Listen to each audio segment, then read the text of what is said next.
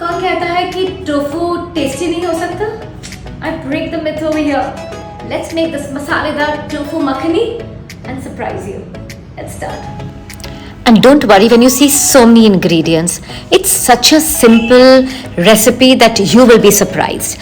All of the ingredients which is there in the caption, please read it. I have put, except for the tofu, I've put everything in the pressure cooker and we just need to give it one whistle.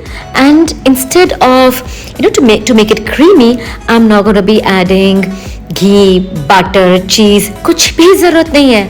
Cashew, almond, and I've also used the poppy seeds. All these are healthy and good fat. Now, don't forget you need to take the bay leaf out. People hate it when it just comes into your mouth, right? Because we need to blend it.